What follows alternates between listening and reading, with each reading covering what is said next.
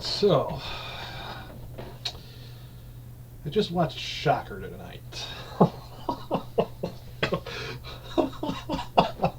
Oh god, I picked some really interesting Wes Craven movies this year. Uh, oh god, fuck me.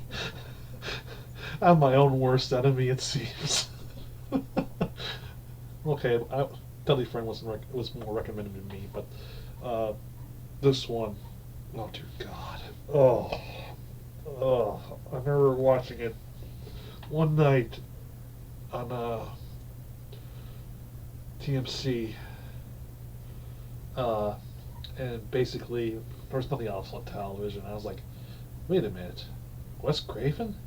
Okay, got me. Movie channel. I'll watch this.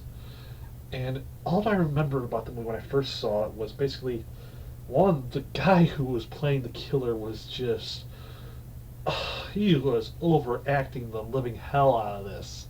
And the second thing I remembered about this was, hey, it's a dude from Batman Returns. What the fuck's he doing in this movie?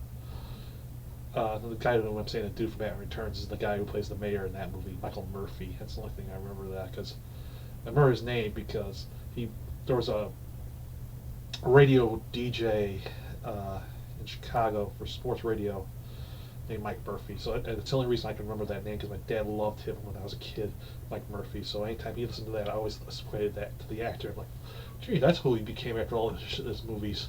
Huh. No, but that's never really happened.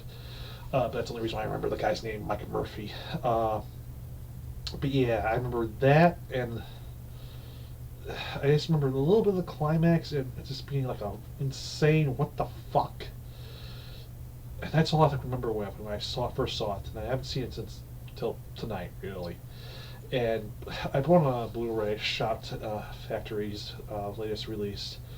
What was it? Latest release, but it was released earlier this past year. I bought it in the summertime, but I haven't opened it up until now. Uh, but I watched it, and oh, some may say Scream is the one where he pokes fun at slasher movies, but I would say Shocker is the one where Wes Craven pokes fun at himself, because this is literally him parodying the genre he helped make famous. Basically, the killer who pretty much comes back from beyond the grave to have horrifying revenge on his enemies. And there are some parts in this that are just, they had to be for comedic effect. I mean, especially the way it's a kind of, I mean, I knew back then when I first saw this, I mean, the guy who played the villain in this, he overacted like hell. And then finally, when I first saw the X, I was like, wait a minute, the dude is Mulder's and Scully's boss. That's a Shocker dude. And he's acting pretty calmly. AKA Mitch Pileggi. So yeah, Pileggi, he's overacting like hell. This he knows. I mean, he really, he really just is just cheesed incarnate. I mean, he does have a little bit of you can tell he's having a fun time in this role, but I mean, this is like cheese to the max. I mean, I'm not. Well, there's a couple times where he's really kind of terrifying, but he has the look about him. But just that the way he has he shouts out these one-liners is just so cheesy and cliche. Not cliche, but they're just so like a parody almost. And the scene where he, well, I would say the scene where he gets his powers, but the scene where he makes the deal to get his powers is just so, what the fuck? I mean, he literally is holding jumper cable and he's going, get me what I want. And the voice comes from the TV and says, in big lips, and it says, you got it, baby. I was just like, what the fuck? And it doesn't stop there. I mean, it has the best probably gore effect I've seen since. And I kind of probably this had to be a Tarantino homage because I've seen it at Kill Bill Volume 1 where basically Pileggi's character bites the guy's lip and it stretches like insanely, and it's a good effect. I'll give him like good effect. Right? The fact that pisses me off is that they used it so much for that effect, they didn't use it for the next effect. Because he almost, I don't know, I think he bit one of our guard's fingers off. I couldn't tell because it looks like he did, but the effect was like I think they used their own entire money for that first effect shot, and they're like, oh, we'll just allude to he bit one of the guy's fingers off. But it's just handled perfectly. The card's like, what the fuck was that? And the fact that they set it up too was like, you gotta get mouth, and the guy's like, I'm not giving that fucking mouth. You gotta do it. I'm not doing it. You're doing it. I mean, you knew that was going to happen the way that happened. The priest too was like, the fuck, the fuck. The priest was the smartest character in that scene. Like, I'm just jerking away. I'm just not going to give him a chance to get me. But anyway, yeah. This movie, I mean, it explains his motivations somewhat. I say somewhat. I mean, I guess he just enjoys, given how much, what, I think it's over 50 or 30 people he's killed at this point. Fuck. I mean, literally. I mean, again, it's the ludicrous amount of people this guy's killed is just like, holy shit. And the way he's finally caught, it's even more like, what the fuck? But if there's anything negative I could say about this film besides the fact that this is a movie as a total parody of itself. I gotta have to say, it has to be, because Craven, after probably Deadly Friend, was like, you want me to do Nightmare on Elm Street?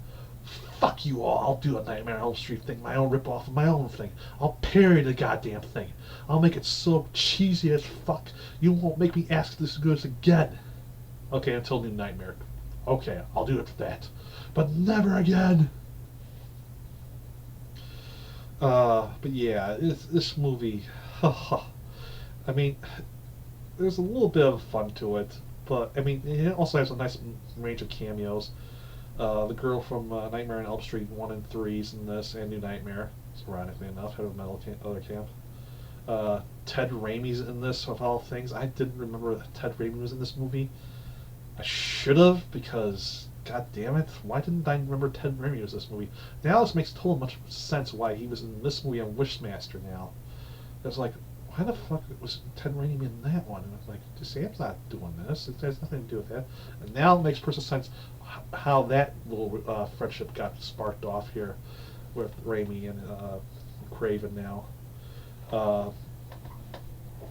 But yeah, the whole range of his powers is just nuts. This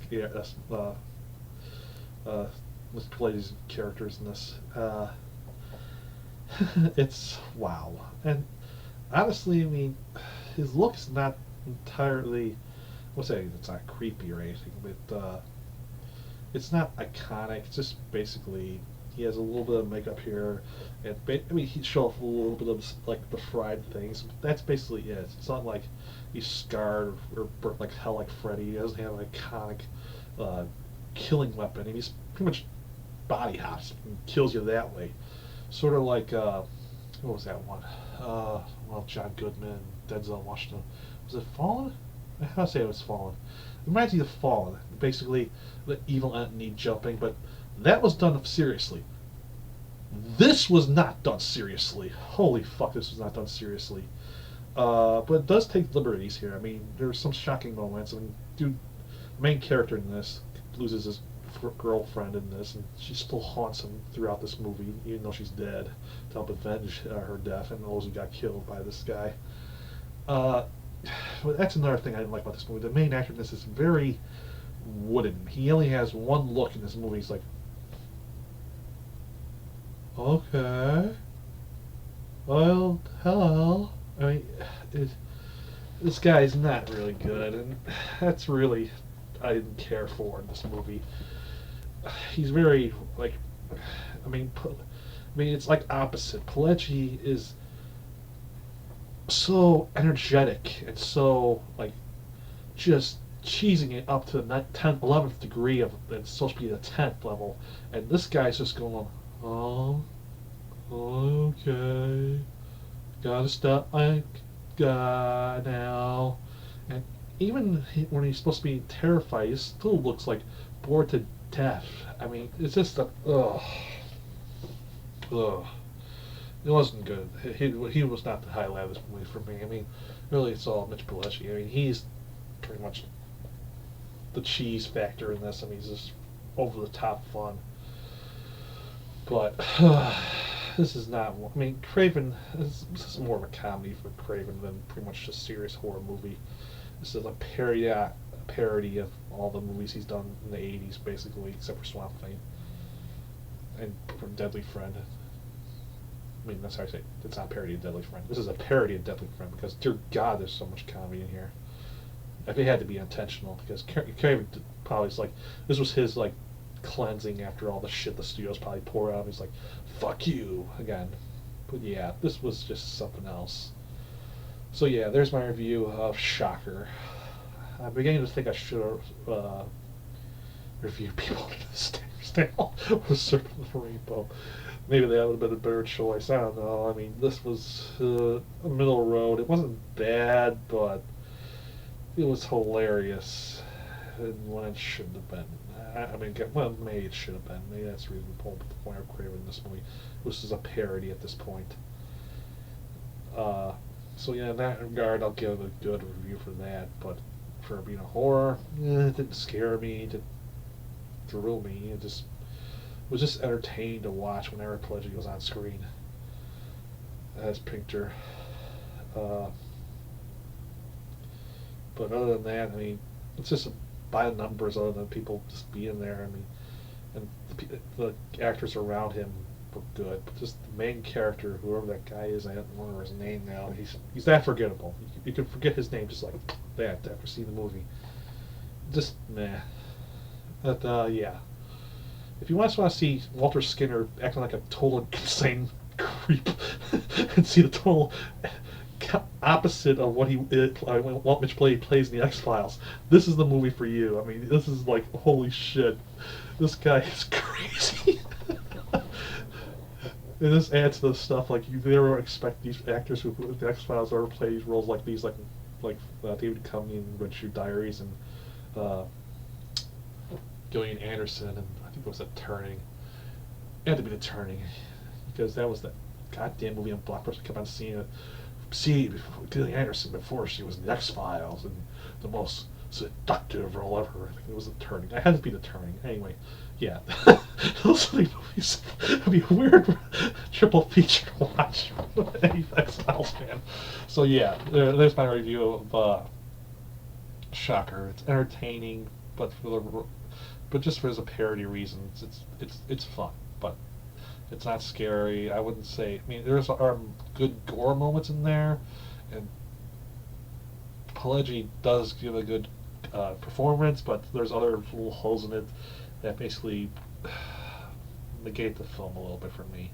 It's good for a watch. Like, it's on TV, you can watch it. Buying it, I kind of regret now a little bit. I mean, it's just like, do I really want? I'm not going to really watch this a lot.